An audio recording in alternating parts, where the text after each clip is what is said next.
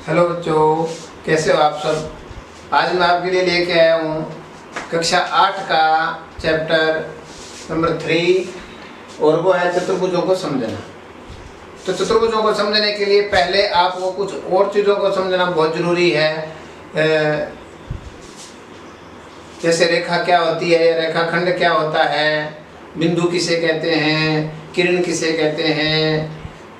तो इन चीज़ों के बारे में वैसे तो आप 6th और 7th में बहुत कुछ सीख चुके होंगे, लेकिन फिर भी हम उसको एक बार थोड़ा सा रिवाइज कर लेते हैं। बिंदु का आपको पता है कि बिंदु का मतलब डॉट, इस तरह से पॉइंट्स।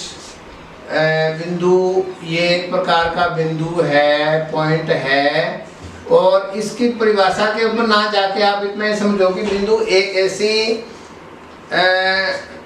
स्थिति होती है या एक ऐसी स्थिति या जगह को हमें दर्शाता है कि जिसकी ना तो कोई लंबाई चौड़ाई और ऊंचाई इसकी नगण्य होती है। होती तो है लेकिन बहुत ही कम होती है। इसलिए बिंदु का मतलब एक ये पोजीशन से ही लेते हैं हम। उसके बाद आपको बताया कि रेखाखंड आता है। रेखाखंड क्या होता है? रेखाखंड होता है, इसको इंग्लिश में कहते हैं लाइन सेगमेंट। लाइन सेगमेंट क्या होता है कि अगर आप बहुत सारे बिंदुओं को ऐसे ऐसे करके उनको आप ज्वाइंट कर दो, या आपने एक बिंदु यहाँ दिया, एक बिंदु ए यहाँ दिया और एक बिंदु यहाँ बी लिया, तो उसको अगर आपने फ्री हैंड से या स्केल से आपने मिला दिया तो वो आपका बन जाएगा रेखाखंड या लाइन सेगमेंट कहते हैं। उसके बाद रेखा क्या होती है? रेखा को इंग्लिश में कहते हैं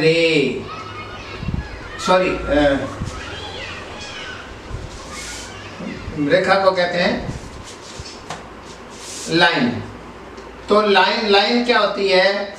ये जो रेखाखंड है इसको दोनों तरफ अगर आप मान लो ये ए बिंदु है इसका और ये बी है, इसको ए और बी वाली दोनों साइड से आप अपरिमित रूप से इन्फिनेटली आप दोनों तरफ आगे बढ़ा दो तो उसको हम क्या बोलेंगे? उसको रेखा बोलेंगे। और उसके बाद किरण क्या होती है? किरण को रे कहते हैं इंग्लिश में। किरण में क्या होता है कि हमारा प्रारंभिक बिंदु होता है, स्टार्टिंग पॉइंट होता है मान लो ए, लेकिन इसका कोई एंड पॉइंट नहीं होता। ये बिंदु हमने एक भी ले लिया यहाँ पर, इसका मतलब ए भी एक किरण है। इसका स्टार्टिंग या आप कह सकते हो कि इसका एक एंड पॉइंट होता है और दूसरी ओर ये अपरिमित रूप से या असीमित रूप से इसको हम जितना मर्जी आगे बढ़ा सकते हैं। तो अब इनको दिखाते हैं कैसे हैं। रेखाखंड को हम गणित की भाषा में ए बी, जैसे ए बी रेखाखंड है तो इसके ऊपर हम ये लाइन लगा देते हैं इस तरह से। और अगर रेखा को दिखाना है तो ऐसे करके हम दोनों तरफ ये एरो का निशान लगा देते हैं। और किरण को दिखाना है तो हमें ये ए बी और एक तरफ इसके मतलब रेखाखंड की तरह होती है और एक तरफ इसके एरो का निशान होता है। तो आपको समझ में आ गया होगा कि बिंदु, रेखाखंड और किरण में क्या फर्क होता है। अब हम देखते हैं जो हमारा आज का टॉपिक है चतुर्भुजों को समझना। तो चतुर्भुजों को समझने के लिए कुछ चीज़ों का आपको पता होना बहुत ज़रूरी है। और वो है कि जैसे पिछली कक्षाओं में भी आपने शायद जाना होगा, जैसे मैंने एक यहाँ पॉइंट लिया या यहाँ से मैंने स्टार्ट ये ड्रॉ करना शुरू किया, ये मैंने मतलब इस तरह से एक वक्र बना दिया ए बी। इस प्रकार भी एक वक्र हो सकता है ए बी। और ये मैंने यहाँ से शुरू किया और यहाँ मिला दिया, ये बिल्कुल एक पॉइंट पर आ गया। और एक इस तरह की आकृति भी हो सकती है और एक ऐसी आकृति भी हो सकती है। तो इस प्रकार की ज्यामितीय आकृतियाँ आप देखते होंगे। और एक आकृति ये भी हो सकती है, इस तरह की किसी भी तरीके की आकृति हो सकती है। तो इनको हम क्या कहते हैं? इनको हम कहते हैं कर्व्स, वक्र। क्या कहते हैं? इंग्लिश में कर्व कहते हैं और हिंदी में वक्र कहते हैं। ये सारे के सारे वक्र हैं। तो वक्र जो है क्या होते हैं? ये अलग अलग टाइप के वक्र हैं। ये जो है ये खुला वक्र है, इनको हम कहते हैं खुला वक्र। क्या कहते हैं? खुला वक्र, ओपन कर्व। खुला वक्र क्या होता है? जिसका मुंह खुला होता है, सीधी सी बात है। जैसे एक आपने पॉइंट यहाँ से शुरू किया और बी यहाँ आके आपने पेंसिल उठा ली, तो इसका मतलब ये खुला है, इसका मुंह बंद नहीं है। इसी प्रकार ए आपने यहाँ से शुरू किया और यहाँ आगे आपने पेंसिल या पेन अपना उठा लिया, तो ये भी हमारा खुला वक्र है। ये भी खुला वक्र हो गया, ये भी खुला वक्र हो गया, ये भी खुला ही वक्र है। और उसके बाद ये 3 टाइप के वक्र कुछ आपको अलग दिख रहे हैं, ठीक है। ये वक्र तो है, लेकिन इनमें क्या खास बात है? इनमें ये खास बात है कि इनका मुंह सबका बंद है। बंद कैसे है? जहां से आपने पेंसिल उठाई और वापस वहीं आके उठाई, तो वो उसको हम कहते हैं बंद वक्र। क्या कहते हैं? बंद वक्र, क्लोज्ड कर्व। उसको हम क्या कहते हैं? Closed curve.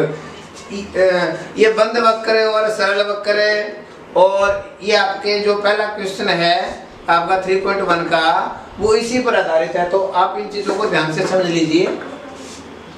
तो बंद वक्र क्या होता है कि एक ऐसा वक्र जिसमें हम जहां से हम पेंसिल या पेन को उठा के और वापस उसी बिंदु पर उसका एंड कर दें, यानी उसका मुंह बंद हो, तो उसको हम बंद वक्र कहते हैं। और वक्र जो होता है वो ऐसे किसी भी टाइप से बना हो सकता है। ऐसे भी, ये भी बंद वक्र है आपका, ये भी बंद वक्र है, ये भी बंद वक्र है, और ये भी बंद वक्र है। लेकिन ये आपका बंद वक्र, इसको हम क्लोज्ड कर्व नहीं कह सकते। कैसे नहीं कह सकते? ये देखो, आपने मान लो आपने यहाँ से शुरू किया और यहाँ ए पॉइंट से आपने शुरू किया, और इसी लाइन को वापस आपने काट के और ये बी बिंदु पर आके आपने अपना पेन या पेंसिल उठा लिया, तो ये बंद तो नहीं हुआ ना। हाँ, अगर आप यहाँ से स्टार्ट करके और यहाँ ए पर आते हैं बहुभुज। बहुभुज को इंग्लिश में पॉलीगन कहते हैं। पॉलीगन, बहुभुज क्या होते हैं? मैं आपके सामने कुछ आकृतियां बनाता हूँ, उससे आपको चित्र समझ में आ जाएगा। ये मैंने आपको इस तरह की एक आकृति बना दी, एक आपको इस तरह की आकृति बना दी आपके सामने, और एक आकृति मैंने ये बना दी इस प्रकार से। तो ये आप देख रहे हो कि आपके सामने कुछ आकृतियां मैंने बना दी। ये क्या है? ये सारी की सारी आकृति, इनकी खास बात क्या है? आप देख रहे हो आपके सामने बनी हुई है। इन सारी आकृति, ये जो सारी आकृतियां किस प्रकार के वक्र से बनी हुई है? ये सारी की सारी आकृतियां जो है ये रेखाखंडों से बनी हुई है। रेखाखंड क्या होता है? जैसे मैंने आपको बताया कि किन्हीं 2 बिंदुओं के बीच की फिक्स जो दूरी होती है, डिस्टेंस होती है, उसको हम रेखाखंड कहते हैं। जैसे एक बिंदु हमारा ए है, यहाँ पर ये बी है, तो इनके बीच की निश्चित दूरी जो होती है उसको हम रेखाखंड कहते हैं। तो इस प्रकार ये जो आकृति है ये हमारी, इसके अंदर इस पॉइंट को हमने ए मान लिया, इसको बी मान लिया, इसको सी मान लिया। ये आपस में ये जो आकृति ये 3 प्रकार के रेखाखंडों से बनी हुई है। कौन कौन से? ए बी, और ये आपका BC आ गया, और ये CA आ गया। तो इस प्रकार ये आकृति जो है वो 3 प्रकार के रेखाखंडों से बनी हुई है। इस प्रकार ये आकृति आप देख रहे हो, ये भी रेखाखंडों से बनी, इसमें 4 रेखाखंड है। इसके अंदर देखो 1 2 3 4 5 रेखाखंड है। तो बहुभुज हमारा क्या हो गया कि रेखाखंडों से बनी हुई आकृति को हम क्या कहते हैं? बहुभुज कहते हैं। ये आपने याद रखना है, रेखाखंडों से बनी बंद आकृति रेखाखंड। तो बहुभुज के प्रकार में बहुभुज के प्रकार में हम ये देखेंगे कि जितनी उसकी भुजाएं हैं उसके आधार पर हम बहुभुजों के प्रकार के रूप में उनको हम बांट सकते हैं। बहुभुजों के प्रकार कैसे हो गए कि अगर बहुभुज की 3 भुजाएं हैं, किसी भी बहुभुज की 3 भुजाएं हैं, तो उसको हम बोलते हैं, आपको सभी बच्चों को पता है, उसको हम बोलते हैं त्रिभुज, ट्रायंगल। इंग्लिश में क्या बोलते हैं उसको? ट्रायंगल। और अगर किसी बहुभुज की 4 भुजाएं हैं, 4 रेखाखंडों से मिलकर बना हुआ इस तरह से, तो उसको हम बोलेंगे चतुर्भुज, क्वाड्रिलेटरल। ये आज का जो हमारा टॉपिक है ये उसकी शुरुआत होगी। चतुर्भुजों को समझना तो किस प्रकार आप समझ सकते हो, ये देखो आप।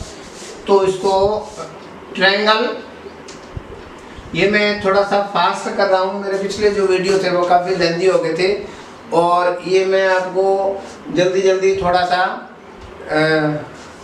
लिखाई की तरफ ध्यान ना देते हुए मैं आपको कुछ समझाने की कोशिश कर रहा हूँ ताकि आपको वीडियो कम से कम लंबी हो। आमतौर पर बच्चे क्या करते हैं कि सबसे पहले देखते हैं वीडियो कितना लंबा है, अगर 20-25 मिनट का है तो बच्चे सोचते हैं वो ये तो बहुत बड़ा, इसको छोड़ देते हैं। इसलिए मैं ये कोशिश करूँगा कि कम से कम ज़्यादा से ज़्यादा मैक्सिमम 10-12 मिनट से ऊपर आपका वीडियो ना जाए। इसलिए जो है मैं आपको थोड़ा सा फास्ट वे से या फास्ट तरीके से थोड़ा मैं करवा रहा हूँ। उम्मीद है अगर आपको कुछ समझ में ना आए तो आप दोबारा इसको रिप्ले करके आप देख सकते हैं। अब आप देखोगे चतुर्भुज क्या होता है कि जिस बहुभुज की जो बहुभुज 4 रेखाखंडों से मिलकर बना हो उसको हम चतुर्भुज कहेंगे या क्वाड्रिलेटरल कहेंगे। क्या बोलेंगे? क्वाड्रिलेटरल। इसी प्रकार अगर 5 है तो उसको हम बोलेंगे पंचभुज। क्या बोलेंगे उसको हमें? पंचभुज। इस प्रकार से आप जो है जितनी भुजाएं हैं ये कम से कम देखो कम से कम 3 भुजाएं होनी चाहिए बहुभुज के लिए, ये कंडीशन होती है। अब 3 से कम 2 तो 2 भुजाएं, 2 रेखाखंड आप जैसे मर्जी बना लो उनका आपका बंद वक्र नहीं बनेगा। कम से कम कितनी भुजाएं हमें चाहिए, कितनी साइड्स चाहिए, कितने लाइन सेगमेंट हमें चाहिए? हमें कम से कम 3 चाहिए, तीसरा होगा फिर ये हमारा बहुभुज बनेगा। तो इस प्रकार भुजाओं की संख्या के आधार पर ये बहुभुजों के नाम होते हैं आपके। अगर 3 भुजाएं तो त्रिभुज हो गया, 4 है तो चतुर्भुज हो गया, 5 है तो पंचभुज हो गया, और इसको इंग्लिश में पेंटागन कहते हैं। अगर 6 भुजाएं तो षटभुज हो गया, हेक्सागन हो गया, हेप्टागन हो गया। इस तरह से ये अलग अलग आपकी बुक में दिए हुए हैं, आप थोड़ा सा उसको रीड कर लेना, देख लेना। इसके बाद हम चलते हैं कि बहुभुज ये तो था बहुभुजों के प्रकार, भुजाओं के आधार पर। और अब बहुभुज के 2 टाइप्स अलग अलग हैं। बहुभुज जो है मैं आपको बताऊंगा, जैसे आपके सामने बना रहा हूँ, मैं आकृति बना रहा हूँ। जैसे एक मैंने ये बना दी, एक मैंने इस प्रकार की आकृति बना दी, और एक मैंने बना दी ये आकृति। तो इसके अंदर फर्क क्या है तो ये तीनों के तीनों बहुभुज, लेकिन इसमें क्या है, ये सीधे रेखाखंडों से मिलकर बना हुआ है। इसमें रेखाखंड जो है बिल्कुल सीधे, तो इसमें भी है, लेकिन इनमें क्या फर्क है कि इनमें ये अंदर की ओर धंसा हुआ है। ये पार्ट देखो आप, ये पार्ट जो है वो अंदर की ओर धंसा हुआ है। इनको हम कहते हैं अवतल बहुभुज। क्या कहते हैं? अवतल बहुभुज, कॉनकेव पॉलीगन। और ये जो हमारे होते हैं वो होते हैं कॉन्वेक्स या उत्तल बहुभुज। ठीक है, तो आपके सिलेबस में जो है वो उत्तल बहुभुज ही है ज़्यादा, तो उत्तल बहुभुज का ये हम अध्ययन करेंगे। ये तो मैंने आपको बताया कि अवतल कौन से होते हैं, जो अंदर की ओर धसे हुए होते हैं। आपका जो सेकंड क्वेश्चन है आपका 3.2 का, वो इसी पर आधारित है। आपको बताना कि कौन सा उत्तल बहुभुज है और कौन सा अवतल है। तो आपने कैसे पहचान करनी है कि जो अंदर की ओर धसा हुआ ना हो उसको हम जो है उत्तल बहुभुज कहते हैं, और जो अंदर की ओर धसा हुआ हो उसको हम अवतल बहुभुज कहते हैं। अब हम आते हैं, आपके कुछ कॉन्सेप्ट हैं चतुर्भुजों से संबंधित, इनके बारे में आपको जानकारी होनी चाहिए कि चतुर्भुजों के अंदर जैसे विकर्ण, क्या है? विकर्ण, अंग्रेजी में कहते हैं डायगोनल। विकर्ण क्या होते हैं? विकर्ण होते हैं कोई भी हमारा बहुभुज है, कोई भी क्या कि कम से कम 4 भुजाएं होनी चाहिए उसकी। कितनी होनी चाहिए? कम से कम 4 भुजाओं वाली जो हमारा बहुभुज होगा उसी के विकर्ण होंगे। देखो कैसे होंगे, जैसे ये हमारी ये एक चतुर्भुज बना लिया हमने, इसकी भुजाओं के हमने शीर्ष हैं। ये देखो, ये भी आपको पता होगा कि आपने 7th के अंदर जब त्रिभुज वाला आपने पाठ पढ़ा था, ट्रायंगल वाला, उसमें भी आपने पढ़ा होगा कि शीर्ष क्या होते हैं, भुजाएं क्या होती है, आपको पता है। ये 3-4 चीजें आपने पढ़ी थी। शीर्ष पढ़ा था और भुजाएं पढ़ी थी, और आपने ये कोण पढ़ा था। तो कोण, भुजाएं, शीर्ष, ये आपको पता है कि शीर्ष क्या होता है। एक बार मैं आपको दोबारा बता देता हूँ। शीर्ष होते हैं ये जो एंड पॉइंट्स होते हैं ना, ये जहाँ पर वर्टेक्स, जहां पर दो रेखाखंड आपस में मिलते हैं। ये रेखाखंड मिल रहा है यहाँ पर और ये डी ये रेखाखंड यहाँ मिल रहा है, तो ये इनका शीर्ष है। इसी प्रकार बी शीर्ष के ऊपर भी दो रेखाखंड मिल रहे हैं, बी सी और ए बी। इसी प्रकार ये शीर्ष है और ये भी शीर्ष है। तो इसके शीर्ष कौन कौन से हो गए? ए बी सी डी, 4 शीर्ष हैं इसके। इसकी भुजाएं कितनी है चतुर्भुज की? भुजाएं आपको पता है, चतुर्भुज के नाम से स्पष्ट है कि चतुर्भुज है तो 4 भुजाएं होगी। कौन कौन सी है? ए बी होगी, एक बी सी होगी, एक ये सी डी होगी और ये एक आपकी ए डी होगी। इसी प्रकार ये 4 कोण है। इन कोणों का नाम भी आपने, जैसे ये कोण बी है तो इसको हम ऐसे लिखते हैं कोण बी, और इसको दूसरे तरीके से कैसे लिख सकते हैं हम कि कोण जहां पर जिस कोण की हम बात कर रहे हैं उस शीर्ष को हम बीच में रखते हैं और जिन भुजाओं से वो मिलकर बना होता है उनको हम साइड में रखते हैं। कैसे? जैसे कोण बी का नामकरण हमने लिखना है तो इसको वैसे भी लिख सकते हैं कोण ए बी सी। इसको हम क्या लिख सकते हैं? कोण ए बी सी, यानी ए से हमने हम जिस कोण की बात कर रहे हैं उसको हमने सेंटर में रखना है, बीच में रखना है। ये चीज का ध्यान आपने रखना है। इसी प्रकार इसको हम कोण सी बी ए भी लिख सकते हैं। शुरुआत आप चाहे इधर से करो चाहे इधर से करो, बी हमेशा बीच में आएगा। देखो हम जिस कोण की बात कर रहे हैं हमने वही चीज मतलब यहाँ पे हमारी स्पष्ट होनी चाहिए कि जिस कोण की हम बात कर रहे हैं उसके साइड में जो शीर्ष है उसके साथ जो आसन शीर्ष है उसके बारे में उसको आप इस तरह से यहाँ ऐसे मेंशन कर सकते हैं। तो हाँ, हम बात कर रहे थे विकर्ण की। अब विकर्ण क्या होते हैं? विकर्ण होते हैं दो आसन शीर्षों को मिलाने से। देखो ये ध्यान दो आप सारे बच्चे, दो आसन शीर्ष। अब आसन शीर्ष क्या होते हैं? यहाँ पर एक नया मतलब नया तो नहीं कह सकते, आपके लिए हो सकता है, कई बच्चों के लिए नया हो सकता है कि आसन का मतलब होता है बिल्कुल उसके पास वाला, उसके पड़ोस वाला, एडजेसेंट। इसको अंग्रेजी में एडजेसेंट कहते हैं। आसन भुजाएं या आसन शीर्ष, देखो आपने पढ़ी होगी सम्मुख भुजाएं और आसन भुजाएं। तो इसकी आसन भुजाएं, जैसे इस चतुर्भुज की बात करें तो इसकी आसन भुजाएं कौन सी होगी? जैसे ये BC है तो BC की आसन भुजा, BC के साथ वाली भुजा कौन कौन सी टच कर रही है? जो इसके शीर्षों को टच कर रही है, AB और CD। तो AB और CD इसकी जो है वो आसन भुजा होगी, इसके पड़ोस में होगी। इसी प्रकार अगर हम AB भुजा की बात करें, AB भुजा की बात करेंगे तो इसकी आसन भुजाएं कौन सी होगी? BC और AD, BC और AD। तो यानी उसके साथ जो टच हो रही है वो जो भुजाएं होती है उनको हम आसन भुजाएं कहते हैं। इसी प्रकार आसन शीर्ष की अगर हम बात करें,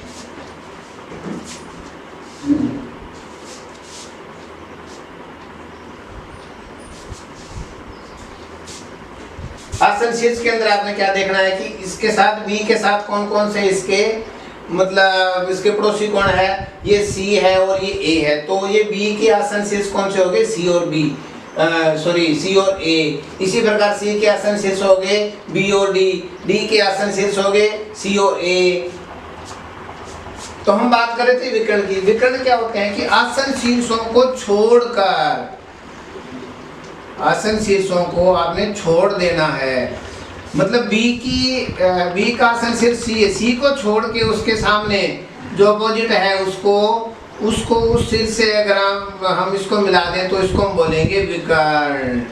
ये सभी बच्चों ने याद रखना है। विकर्ण क्या होता है कि आसन शीर्षों को छोड़कर जो शीर्ष होता है उसको अगर हम उसको मिला दें तो उसको हम विकर्ण कहते हैं। इस प्रकार ये चतुर्भुज है हमारा, तो चतुर्भुज में दो विकर्ण हो गए, एक तो ये BD हो गया, एक आपका ये AC हो गया। तो चतुर्भुज के आपके इस प्रकार के चतुर्भुज में कितने प्रकार के विकर्ण हो गए हमारे पास? 2। और एक खास बात और ध्यान रखनी है आपने, ये भुजाओं की जैसे कोई ये हमारा अलग प्रकार की आकृति है, पंचभुज भी हो सकता है, षटभुज भी हो सकता है, जैसे 1 2 3 4 5 ये पंचभुज है। तो इसमें विकर्ण कितने होंगे? इसमें देख लो आप, इसको मैंने आसन भुजा को छोड़ देना, जैसे A B सी, डी और ई, इसके 5 शीर्ष हो गए। तो ए के जो साथ वाले शीर्ष कौन, आसन शीर्ष कौन से हैं? एक ई है और एक बी है। ई और बी को छोड़ दो, क्योंकि आसन अगर शीर्ष है तो वो तो उसकी भुजा होगी ना, जैसे ए ई तो भुजा होगी। विकर्ण हमारा क्या होगा? आसन शीर्ष को छोड़ के ए को सी से मिला दिया, ए को डी से मिला दिया, इस प्रकार ये 2 विकर्ण तो ये हो गए इसके। इसी प्रकार डी को हम बी से मिला सकते हैं, तीसरा विकर्ण ये हो गया। सी को हम ई से मिला सकते हैं, चौथा विकर्ण इसका ये हो गया। और मतलब 4 विकर्ण हो गए इसके। कितने विकर्ण हो गए? 4, 1 2 3 और 4। और आप देखो और कौन सा विकर्ण हो सकता है? डी, ये 2 से मिल गया, और ये आपका ये 5वां विकर्ण ये हो गया। तो पंच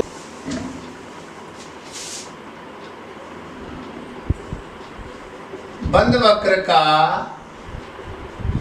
बाह्य और अभ्यंतर भाग, बाह्य और अभ्यंतर। बाह्य और अभ्यंतर क्या होता है? बाह्य को एक्सटर्नल कहते हैं या एक्सटीरियर कहते हैं, एक्सटीरियर। इसको हम इंटीरियर कहते हैं। जैसे हमारे पास कोई भी वक्र है, ये वक्र हो गया हमारे पास, तो इसका बाह्य भाग कौन सा है? इस वक्र को छोड़ के जो इसके बाद वाली साइड है, ये जो भाग होता है उसको हम बाह्य भाग कहते हैं या एक्सटीरियर कहते हैं। इंटीरियर क्या हो गया? इस वक्र के अंदर वाला जो भाग होता है उसको हम इंटीरियर कहते हैं। उसको हम क्या कहते हैं? इंटीरियर या अभ्यंतर भाग कहते हैं। तो ये तो सिंपल सी चीज थी। अब हम आते हैं कि जो आपके पॉलीगन होते हैं, जो आपके बहुभुज होते हैं, उनका एक टाइप और देखते हैं, समबहुभुज। समबहुभुज और आपका विषम बहुभुज। ये बहुत इंपॉर्टेंट टॉपिक है, आपने ध्यान से समझना है इसको। समबहुभुज हमारा क्या होता है? इसको अंग्रेजी में कहते हैं रेगुलर पॉलीगन। क्या कहते हैं? Regular polygon. और ये होता है इर्रेगुलर। ये इंग्लिश के, जो आपकी इंग्लिश भी थोड़ा थोड़ा इंप्रूव होती जाएगी। रेगुलर का वैसे ऑपोजिट जो होता है इर्रेगुलर होता है पॉलीगन। तो रेगुलर और इर्रेगुलर पॉलीगन क्या होते हैं? समबहुभुज मतलब जैसे नाम से स्पष्ट है, सम का मतलब बराबर। तो जिस बहुभुज की सभी भुजाएं या सभी साइड्स अगर इक्वल है, अगर बराबर है, तो उसको हम रेगुलर पॉलीगन या समबहुभुज कहते हैं। और जिस बहुभुज की तीनों साइड या 4 साइड, जो जितनी भी वो भुजाओं से मिलकर बना है, अगर उसकी साइड से इक्वल नहीं है, तो उसको हम विषम बहुभुज या इर्रेगुलर पॉलीगन कहते हैं। उसी प्रकार जैसे 3 भुजाओं वाला हमारे पास बहुभुज है, तो इसको हम बोलते हैं, ये त्रिभुज है, तो कौन से वाला त्रिभुज है? ये समबाहु त्रिभुज, समबाहु इक्विलैटरल ट्रायंगल। ठीक है। इसी प्रकार अगर ये हम एक चतुर्भुज ले लेते हैं, इसकी चारों साइड्स बराबर होती है, तो ये भी हमारा क्या है? ये समबहुभुज है, यानी भुजाएं। अच्छा, एक बात और आपने ध्यान रखनी है कि समबहुभुज जो होता है, रेगुलर पॉलीगन होता है, उसकी सारी भुजाएं और सारे का सारे कोण भी बराबर होते हैं। इसकी खास बात क्या होती है? ये समभुज, यानी समभुज का मतलब होता है सारी भुजाएं बराबर होती है। और ये होता है समकोणिक। समकोणिक का मतलब क्या होता है? इसके सारे कोण जो है वो भी बराबर होते हैं। जैसे त्रिभुज अगर तीनों कोण इसके बराबर होंगे, और अगर ये समकोणिक है तो मतलब ये अगर समभुज की हम बात कर रहे हैं, अगर इसकी तीनों भुजाएं हैं तो तीनों कोण भी इसके बराबर होने चाहिए। इसी प्रकार अगर उसकी 4 भुजाएं हैं तो चारों कोण भी इसके बराबर होने चाहिए, फिर इसको हम समबहुभुज बोलेंगे। और इसी प्रकार जितनी भुजाओं की संख्या बढ़ती जाएगी, उसी प्रकार आप कितनी भुजाओं का 5 भुजाओं का हो सकता है, 6 का हो सकता है, अनलिमिटेड हो सकता है, कितनी भुजाएं उसकी हो सकती है, लेकिन कम से कम 3 भुजाएं होनी चाहिए। और अब मैंने आपको बताया कि विषम बहुभुज का जैसे मैंने बताया आपको कि उसकी भुजाएं जो होती है, उनकी लंबाई कोई बराबर होनी जरूरी नहीं है। अब हम आते हैं एक बहुत ही इंपॉर्टेंट प्रॉपर्टी है कोणों का योग, कोणों का योग गुणधर्म, ये बहुत इंपॉर्टेंट प्रॉपर्टी है। सभी कक्षाओं में आपने ये ध्यान से, बहुत ही कॉम्पिटिटिव एग्जाम्स में भी ये बहुत बार आ जाता है, बहुत से बच्चे इसमें मार्क आ जाते हैं। तो इसमें क्या है कि कोणों का योग, आपको पता है कि जिस बहुभुज की 3 भुजाएं हैं तो उसको हम त्रिभुज बोलेंगे, और त्रिभुज के तीनों कोणों का जोड़ कितना होता है सभी बच्चों को पता होना चाहिए, 180 होता है। अगर हमारे पास कोई चतुर्भुज है, इस प्रकार से चतुर्भुज के 4 कोण हो गए तो उसके चारों कोणों का जोड़ 360 होता है। अब उसके बाद अगर कोई पंचभुज आ गया हमारे पास तो उसके 5 कोण हो गए अंदर वाले, अंदर वाले 5 कोणों का जोड़ कितना होगा, ये शायद आप नहीं बता पाओगे। उसका एक फार्मूला है, देखो बिल्कुल आसान सा फार्मूला क्या है